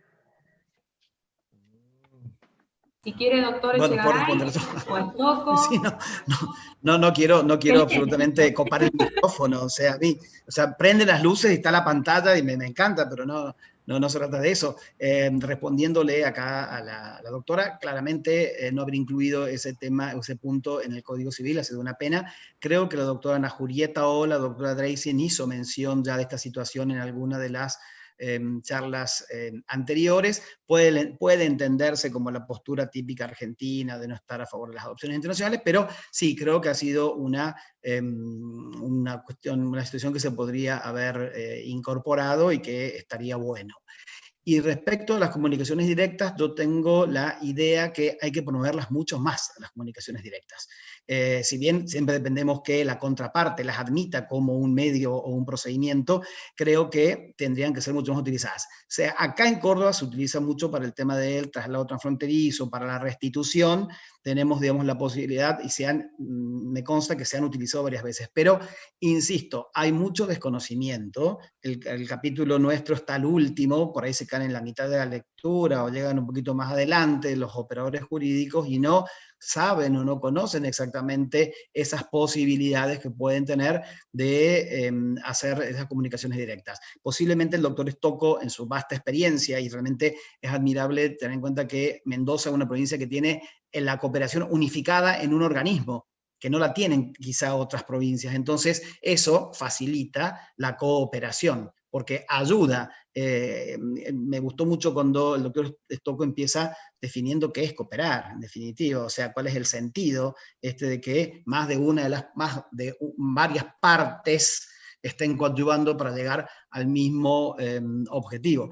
Creo que esas comunicaciones directas que se originaron con los jueces transfronterizos, limítrofes hace años, podrían, con el avance tecnológico y de la despapelización, ser mucho más utilizadas y tener muchísimo más, dar muchos frutos. Es, digamos, mi opinión. Quería aportar, entiendo que los comentarios de los colegas han sido muy claros, pero quiero aclarar algo, y es que el artículo 2612 no sujeta a condición alguna las comunicaciones directas, ¿sí? Es decir, que en la medida en que no se distinga, usted tampoco debe distinguir, es decir, lo puede aplicar en todo el ámbito de la internacionalidad, ¿sí? Es muy importante porque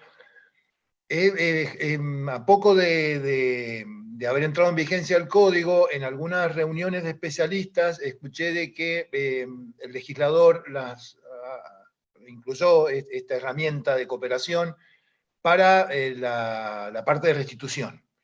Y si bien a través de la Haya tenemos toda una regulación de estas comunicaciones directas y demás para las sustracciones internacionales, pero como herramienta incluida en el Código Civil, la podemos aplicar en el ámbito que fuere. Eso es mi opinión y creo que está avalado por la dimensión normológica que no hace distinciones. Por eso les aclaro que he escuchado en algunas ocasiones este tipo de comentarios y me parece que hay que ser amplios porque en realidad es una herramienta muy valiosa para utilizar y la podemos utilizar en cualquier ámbito, digamos, que haya que cooperar. Civil, comercial, laboral, claro está que en el ámbito de familia está incluido en la parte del derecho civil también, ¿no es cierto? Eso, pero es una herramienta sin tapujos, sin límites, me parece. No sé qué opinan ustedes, si han escuchado estos comentarios de que en realidad solamente habría que sujetar comunicaciones directas en el ámbito de una restitución internacional, que de hecho en Mendoza lo hemos utilizado muchísimo, ¿sí? El caso que se me viene a la memoria, el último donde lo ocupamos fue donde el juez ordena la restitución del menor a Italia y resulta que una de las oposiciones que planteaba la progenitora del menor era que como había una denuncia que había puesto el progenitor del menor en su momento por la sustracción del niño, tenían temor de que pudiera, cuando pisara territorio italiano, quedara, digamos, en calidad detenida. Contactamos a la jueza que había ordenado en su momento digamos, el procesamiento de la progenitora y dio garantías a través de comunicaciones directas de que no iba a incurrir en ningún tipo de acto lesivo a la libertad personal. Y lo hicimos a través de comunicaciones directas. Está bien, eso es una sustracción, pero fuera de ese ámbito podríamos utilizarlo, en mi opinión, sin distinción de fueros o circunstancias. Muy bien, muchas gracias. Vamos a continuar. Tenemos una pregunta del doctor Sixto Sánchez Lorenzo. Lo invitamos si desea hacerla usted la pregunta, doctor. Pues muchas gracias, Leandro, por darme la palabra y felicitaciones a los ponentes. La verdad es que me ha interesado muchísimo la sesión porque en España estamos acostumbrados a un nivel de asistencia muy importante dentro de lo que es el espacio integrado y desconocemos un poco cómo funciona en la práctica textos como la Convención de Panamá, y me ha sido muy ilustrativo. Yo tengo algunas dudas muy concretas que me gustaría plantear. La primera es si esta cooperación de las autoridades argentinas se presta a tribunales extranjeros cuando invaden competencias exclusivas de los tribunales argentinos del 2609. Si a pesar de que puedan afectar a competencias exclusivas, se brinda o no la cooperación. Quizá no haya mucha práctica porque los foros exclusivos son muy pocos, pero bueno, me gustaría saber si, ya que no he visto nada en el texto de la ley, si en la práctica eso podría ser una causa de denegación de la asistencia. La segunda es si se admite o si se practica en Argentina la firma electrónica y sobre todo la apostilla electrónica.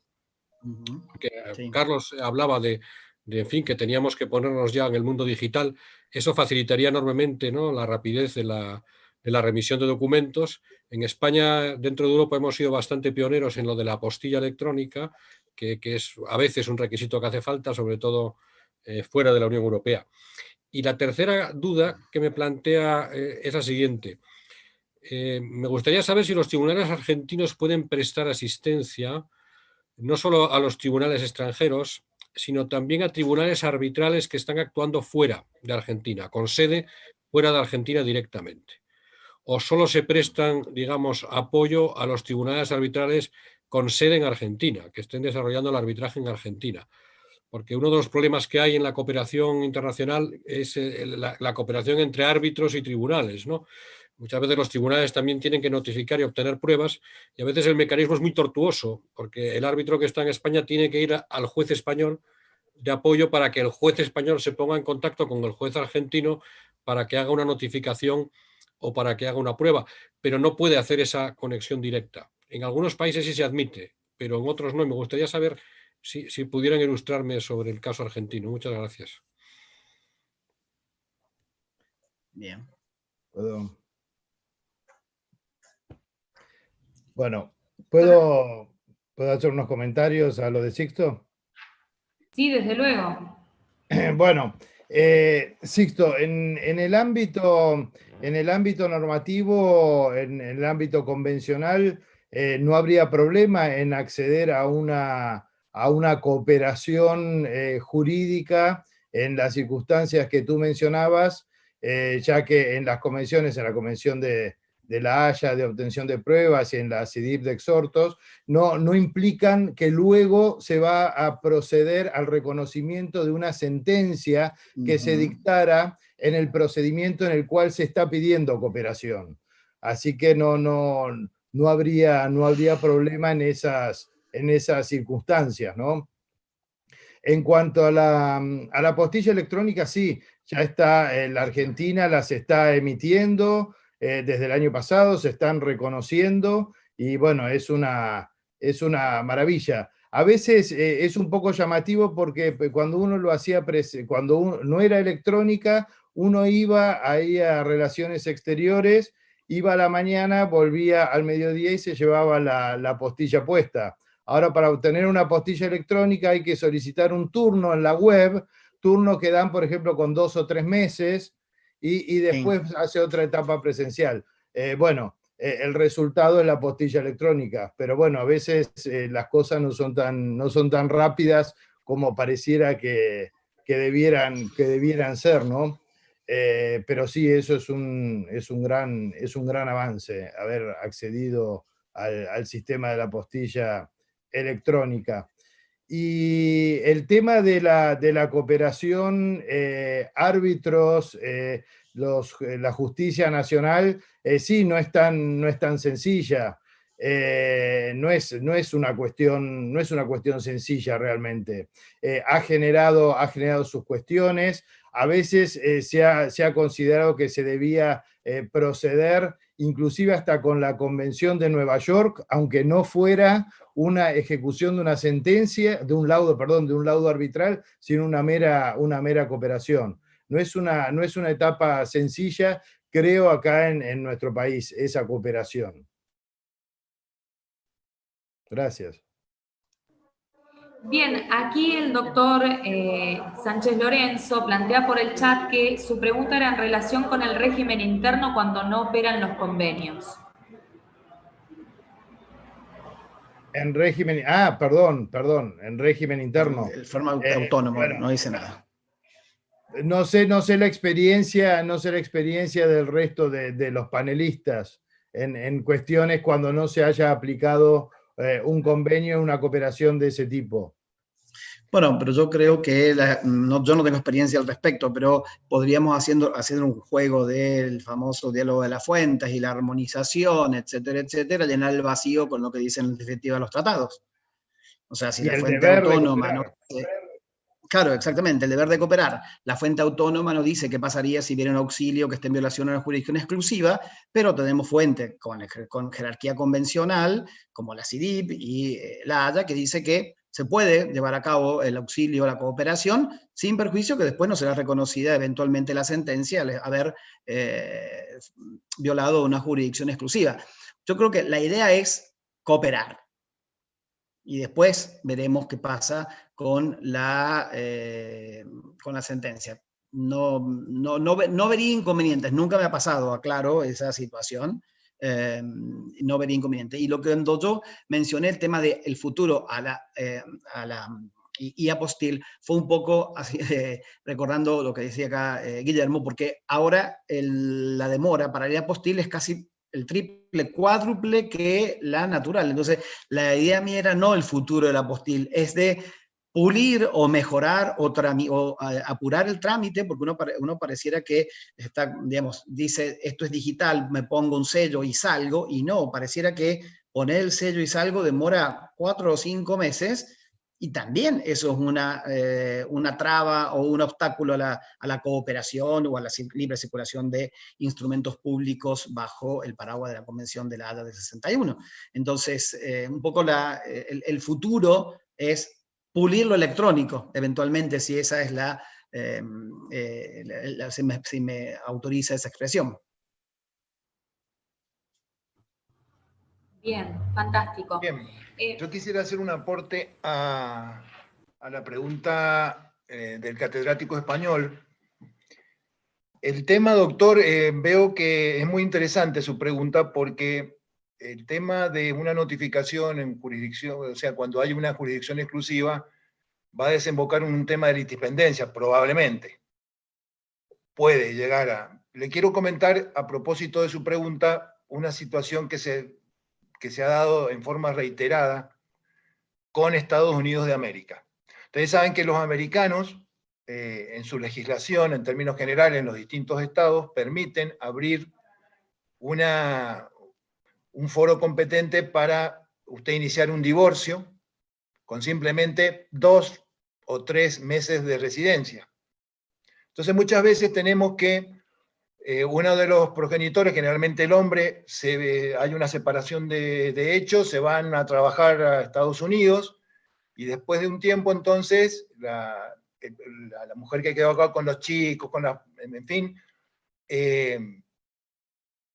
inicia un proceso de divorcio, la conexión que utiliza el derecho argentino del último domicilio conyugal, pero los americanos, o sea, digamos, la persona en Estados Unidos interpone la demanda y la notifica, ¿sí? Entonces, esa notificación para estar a derecho ante el tribunal americano, que es el caso, digamos, estamos viendo de que evidentemente se está violentando se podría llegar a violentar esta posibilidad, y entonces la pregunta sería si la notificamos o no la notificamos. Y entonces lo que hemos hecho es que le damos curso, hacemos la notificación y en la devolución ponemos, porque se ha dado casos, ¿no es cierto?, donde se han cruzado, hemos tomado contacto, usamos un servicio informático con el nombre de las partes. Entonces resulta ser que en nuestros registros aparecen A contra B y el otro B contra A. Entonces nos damos cuenta que hay un proceso de divorcio iniciado en Argentina y otro que está iniciado con las mismas partes, digamos, en los Estados Unidos. Entonces, cuando hemos devuelto a la comisión rogatoria, hemos puesto en conocimiento del juez americano de que hay un juicio de divorcio iniciado, ¿sí? Es decir, a título, digamos, de buena fe procesal, ¿sí?, y con la finalidad, digamos, de que de salvaguardar la seguridad jurídica, hemos actuado de esa manera. Y comparto lo que dicen los colegas, que en el ámbito convencional está previsto que el hecho de que usted puede llevar a cabo el acto de cooperación de primer grado de notificación sin que esto implique luego una obligación de reconocer una sentencia que no corresponda. Es decir, esto está salvado convencionalmente, pero en el ámbito interno lo hemos tenido. Adhiero a lo que comentan los colegas de la postilla, que se está produciendo el fenómeno no querido. Es decir, la idea de la apostilla electrónica es agilizar, pero resulta ser que ahora con el tema de los turnos se está dilatando mucho en el tiempo poder concretarla. Lo que sí les quiero comentar, se utiliza muchísimo también cómo chequeamos que la documentación viene bien legalizada por la apostilla de La Haya. Y para eso entonces hay que chequearlo con el sitio web del país al que corresponda, ¿sí? En la parte inferior aparecen unos códigos, entonces hay que entrar al sitio y si está bien legalizada, le aparece, digamos, exactamente el mismo documento que usted está chequeando. ¿Mm? Esto lo aclaro porque normalmente, con mente de seguir la vía, digamos, de la cadena de legalizaciones, siempre uno estaba acostumbrado a que el que legalizaba era un funcionario que legalizaba la firma del funcionario que aparece, por ejemplo, en última instancia en una partida de matrimonio. Pero hoy día con digamos, los apostillados vienen legalizándole vía apostilla de La Haya un funcionario que no aparece en ningún lado. Entonces aparece la necesidad en los hechos de poder confrontar la certeza de la legalización a través del sitio web respectivo, y la tranquilidad total la vamos a tener cuando nos muestra, va a aparecer en pantalla el mismo documento que yo estoy chequeando. Y respecto de lo último de la pregunta de Sixto, es que si nosotros recibiéramos de árbitros de un tribunal extranjero una solicitud de asistencia, cooperaríamos. Principio pro cooperationis, en fin, hay letra para fundamentar, pero en un mundo, digamos, que apunta en la comunidad jurídica de Estados, hoy día comunidad internacional, entiendo que ya tiene carta de ciudadanía este deber de cooperar. Me parece. Muchísimas gracias, ante todo a todos los expositores y también a todos los asistentes. Tenemos muchísimas inquietudes y aportes, pero por una cuestión de tiempo tenemos que finalizar, así que le voy a dar la palabra a Candela para dar unas palabras finales. Muchísimas gracias. Bueno, muchísimas gracias a todos los expositores, al doctor Argerich, al doctor Stocco y al doctor Carlos Echegaray de Miunción.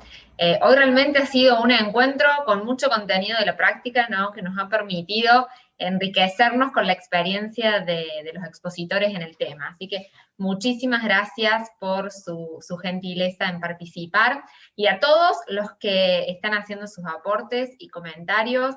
Lamentablemente por tiempo debemos cerrar el encuentro, pero les agradecemos por acompañarnos y por participar de una manera tan activa, haciendo que cada viernes la dinámica sea diferente. El próximo viernes nos encontraremos nuevamente con el panel sobre Derecho Internacional Privado de la Familia y la Niñez. Tendremos las exposiciones de las doctoras María Mercedes Albornoz, Nieve Rubaja y Amalia Uriondo de Martinoli. Los esperamos, esperamos contar con su presencia nuevamente y esperamos que hayan disfrutado mucho el encuentro de hoy. Muchísimas gracias y que tengan un muy buen comienzo de fin de semana. Bueno, muchas gracias y hasta Gracias. la próxima. Gracias a todos, saludos. Gracias Adiós. a ustedes. Adiós. Gracias a ustedes, hasta la próxima. Bueno, terminé. Doctor Sixto, luego, bueno, esto ya está terminando. Después nos comunicamos para responder algo que usted había dejado ahí en el chat. Gracias. Hasta luego.